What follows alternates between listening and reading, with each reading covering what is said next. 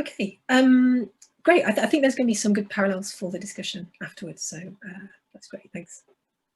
So my paper today is called Echo, Echo, Azarak, Witchcraft, Gibberish, and Queer Untranslatability.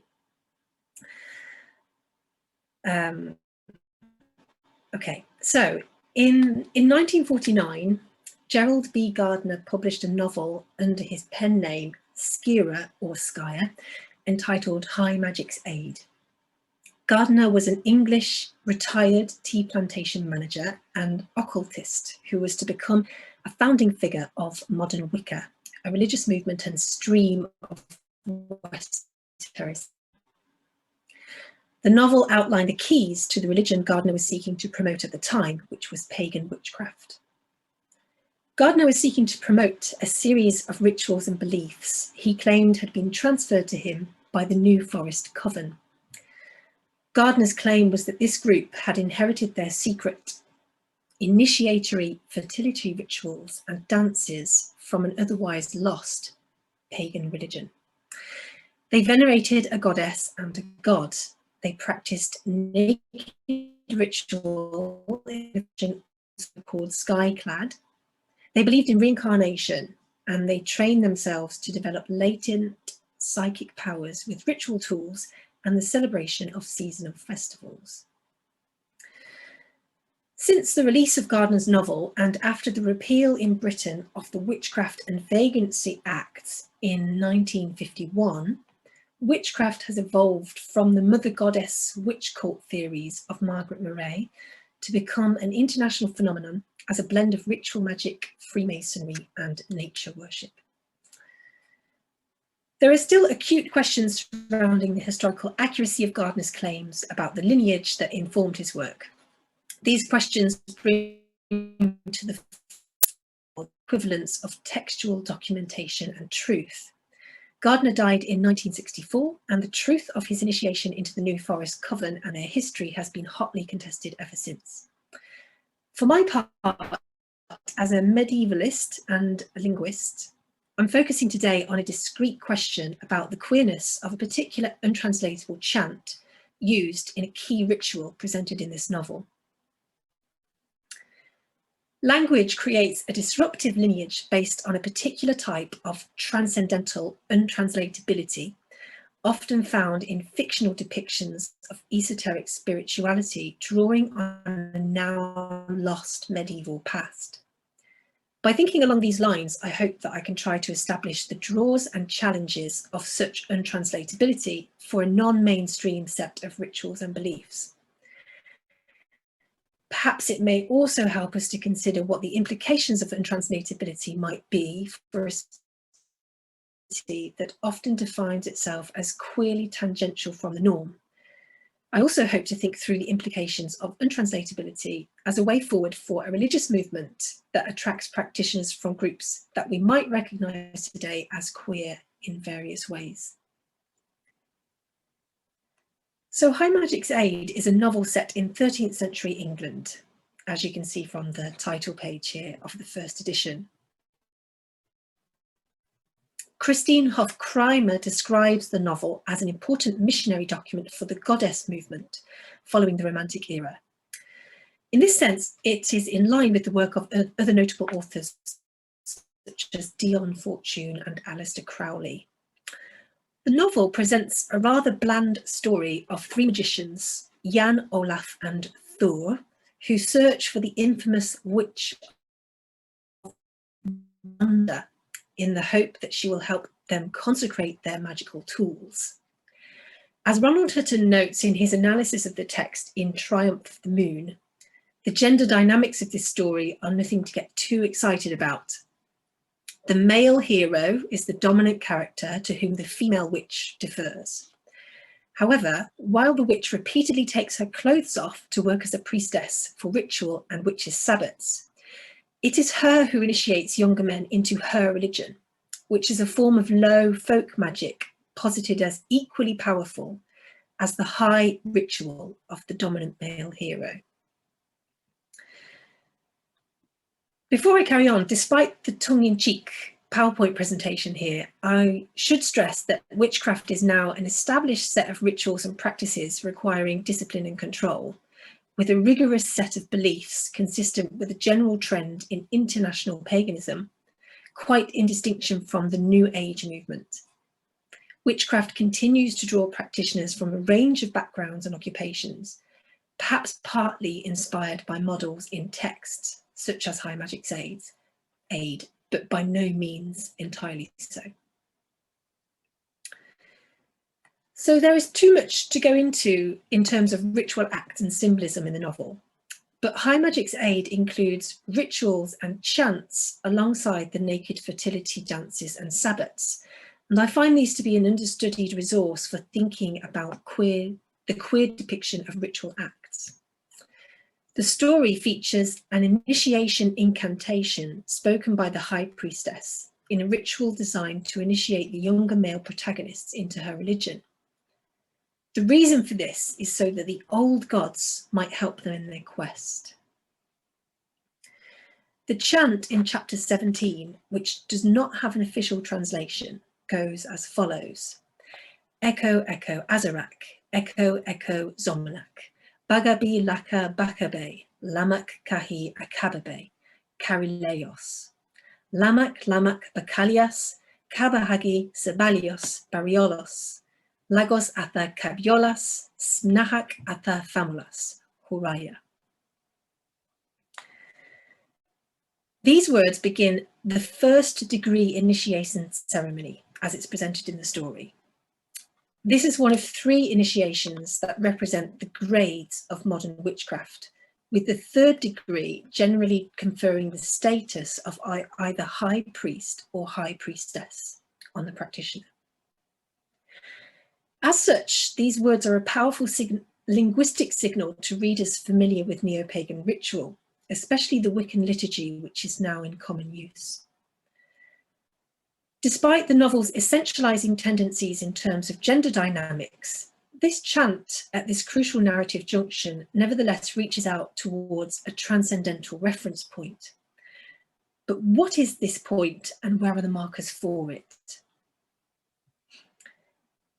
In neo-pagan circles, this infamous chant acts as a microcosm for witchcraft ideology, and yet the words are untranslatable. The chant is a cobbling together of a sorcerer's cry and a gibberish passage from a medieval French play. By establishing a cultural contact with a medieval past, Gardner's novel mystifies the soundscapes of neo-pagan ritual, thus unsettling political, linguistic, and temporal hegemony by its very untranslatability. In general terms, language in the novel is purposefully arcane in a typical medievalizing and destabilizing way. So to take just one example, before this chant, the High Priestess speaks the following intent. She says, "I will in sooth call up the old ones, the mighty ones, to be present and witness your oaths, and to give us their blessing, but of them you will see naught." The way language slips into arcane formalities, such as characters addressing each other with thy and thou in other passages, drives forward a temporarily destabilizing effect in which we are at once in a quasi-medieval past, and yet participating in a ritual supposedly still practiced by secret groups in the 20th century. Neither does this source material really help us to get a handle on what this passage of gibberish words is trying to achieve. Elements of the chant come from different sources. The repetitive echo lines at the beginning come from an article on the Black Arts, published in 1926 by J.F.C. Fuller, in which the author does not provide a source. The other source is the 13th century French miracle play called Le Miracle de Théophile by the now famous writer Ruthberth, famous for medievalists, not for anyone else, I should say. In this religious drama, the sorcerer Saladin invokes the devil with part of this chant, an act for which he later redeems himself by appealing to the Virgin Mary. So at the top here, in brackets, the stage directions say that Saladin conjures the devil, followed by the chant. However, this itself does not help us, as the words then spoken are used to invoke the devil, but do not themselves have any fixed meaning in either Old French or any other known language. The only speculative suggestions about language identification are by scholars who find in the chant traces of Basque, and a number of medievalists suggesting that the chant is supposed to represent Hebrew. The sounds of words are thus received in multiple, unpredictable ways that mirror the protagonists' shifting desires for each other's bodies in the narrative. But what might all this mean for the conference title today of Mainstreaming Queerness?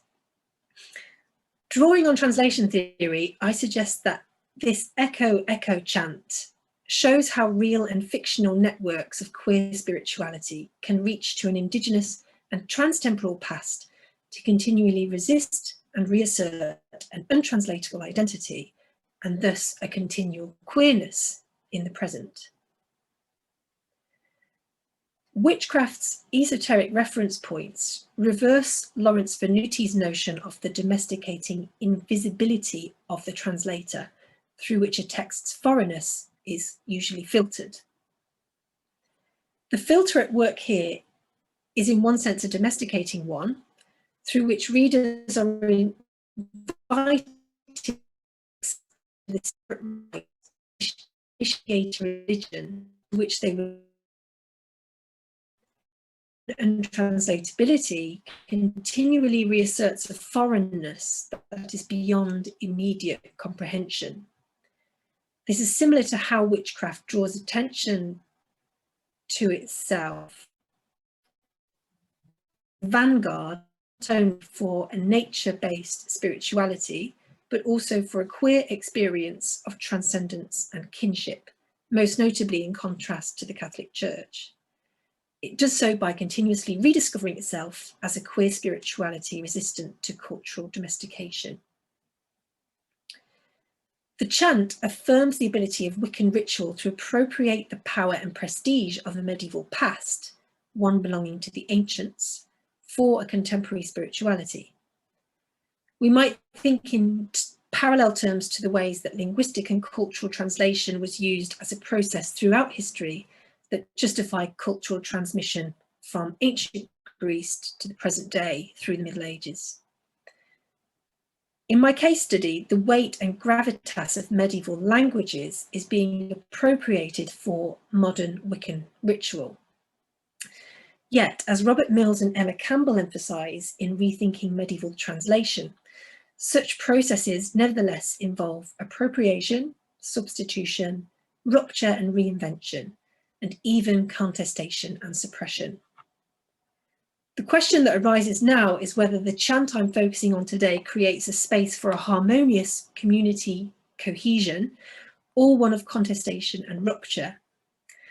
Does the myth of an inherited spiritual practice always require an appropriation of the past for rupture or continuity? And will it be liberating in the end? The idea of an unbroken lineage stretching from past spiritual practice to the present day is a strong one, a strong strain of neo-pagan religion, and one which parallels the queer community's constant search for a queer history. This idea was not initiated by Gardner, but he certainly capitalised on the notion. However, far from what we might expect from an appropriation of the past, the Wiccan chant does not equate language use with a moral value based on accessing the linguistic meaning of an original text. It avoids the rigid and perhaps sexualized structures of modern textual transmission, in which an authoritative masculine original gives way to a feminized translation. Instead, the chant points towards responsivity to a text to negate cultural and linguistic difference. Especially when spoken aloud in ritual, this is a process that builds a community in the present through a foreign and now bygone culture. The strangeness of the chant, rather than its ability to be domesticated, demonstrates a powerful resistance to homogenizing tendencies. Finally, the salvific power of language is certainly a legacy from the pre-modern era, buttressed by a distinction between sacred and fallen languages. In the medieval religious drama from which part of the chant is taken, there are clearly Semitic connotations of a sacred but here incomprehensible language, potentially Hebrew. As Saladin conjures the devil, we are being invited to hear the words of potentially a dangerous Jew as a deliberately evocative, untranslatable chant suggests a threatening alterity. Alterity in its various forms seems to be a necessary requisite for the creation of a harmonious community. Can we think of untranslatability as unsettling linguistic and political hegemony in ways that might not be expected in such cultural transmission? As in Derrida's notion of différance, in which translation is a process through which meaning is deferred, Wiccan chant has the ability to exceed the control of those who use it and to be received in unpredictable ways. Underpinned as the chant is by a transcendental reference point, the chant is posited as a site of difference that cultivates a spiritual experience. But what is at work here is a simultaneous process of cultural appropriation and rupture. A medieval past is appropriated for ritual, while any attempt to explicitly define the meaning of the words is ruptured. And yet the chant is a powerful and effective tool for ritual practice, in which not every element or symbol can be explained away on the level of logic. So from its roots in Gardner's vision of a reanimated goddess religion, steeped in conservative binary gender relationships and ritual patterns, pagan witchcraft has become a widespread international phenomenon, bringing together an eclectic mix of truth seekers and occultists. Part of the reason for this success is the way certain aspects of what might be deemed the pagan liturgy dart away from fixed reference points. By resisting meaning, words reassert their queerness through a rejection of straightforward notions of translatability. If we listen closely, we hear the same yearning for something transcendent in popular culture that explores ideas of witchcraft, magic, or the esoteric, often expressed through glossolalia, gibberish, or made-up language. A rejection of what is considered normal in discrete social and cultural contexts is a crucial component for such depictions of the occult. Understanding this might help us to rethink how the souls of queer ideas are translated, mistranslated, reinterpreted, or glossed for the mainstream. Thank you for listening.